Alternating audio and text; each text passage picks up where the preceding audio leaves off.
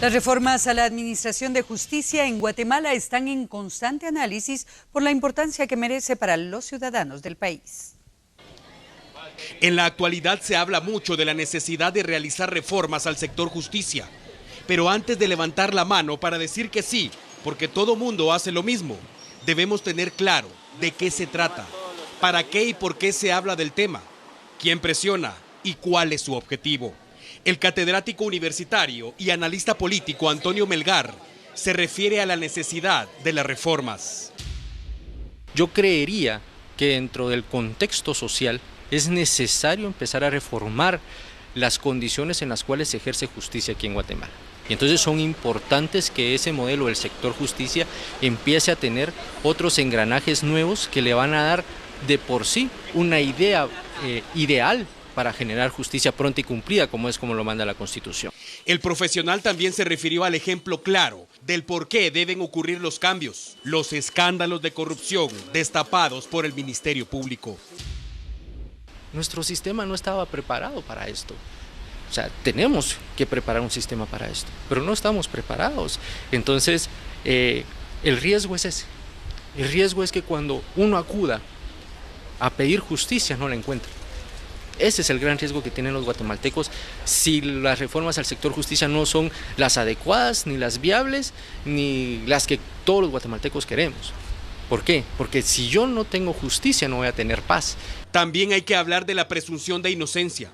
El artículo 14 de la Constitución Política de Guatemala es claro y no hay nada que interpretar. Nadie es culpable hasta que se demuestra lo contrario en proceso penal. Pero ¿qué pasa cuando el sistema de justicia es lento? Las personas que están sindicadas en este caso hay que llevarles un proceso individual. Y esas personas van a poder plantear sus recursos con sus abogados, van a poder plantear sus condiciones, sus amparos, van a poder, si no están de acuerdo con una medida, van a poder pedir audiencias. Entonces, esas condiciones son las que van a atrasar el proceso. Imaginemos que en Guatemala hay procesos que han llevado 5 o 6 años a una persona. ¿Cuánto podrá llevar si son 57? El licenciado Aquiles Fayase participó en la creación de la Constitución Política de Guatemala, promulgada en 1985. ¿Quién mejor para hablar del tema que un constitucionalista? De acuerdo a su experiencia, lo primero que hay que tener en cuenta es que la población guatemalteca conozca el tema y participe, pero para ello, antes hay que resolver un dilema. ¿Cómo hacer para que al pueblo le interese? Esa es la pregunta que no hemos podido responder en ninguno de los medios. Simplemente es un pueblo que está acostumbrado a mucha desidia y entonces grupos interesados siempre vienen a aprovechar esa falta de interés para querer imponernos opiniones. El problema con las propuestas que ahora alborotan el ambiente, según el experto, es que no se está tomando en cuenta a la mayoría. Y si continúa de la misma manera, no habrá reformas legítimas. En la primera fase del debate nacional, que son las mesas de diálogo, ya terminaron. Ahorita se convocó a una mesa nacional donde la participación se limitó a quienes tengan propuesta escrita. Que como usted comprenderá, ¿cuántos pueden analizar un tema constitucional y proponer por escrito sus comentarios? Lo que vemos que es muy limitado esto a los grupos de élite.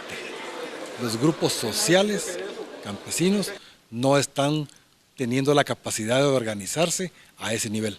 Al ser cuestionado sobre las especulaciones de que la presión internacional está jugando un papel importante en la propuesta de reformar el sector justicia, el constitucionalista es firme, certero y claro en su respuesta. Reformar las leyes es trabajo exclusivo del Congreso de la República, que recae en este caso en 105 diputados que deben de estar de acuerdo en lo que van a proponer y en lo que van a aprobar. Y es lo que decía con anterioridad.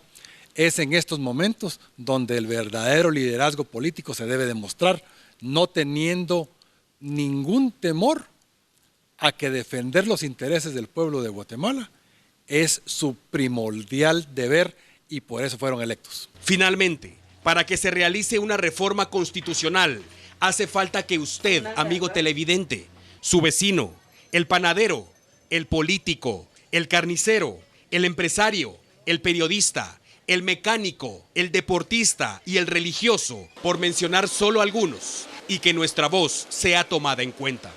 Para hacer eso, existe un mecanismo. El final del proceso va a ser una consulta popular.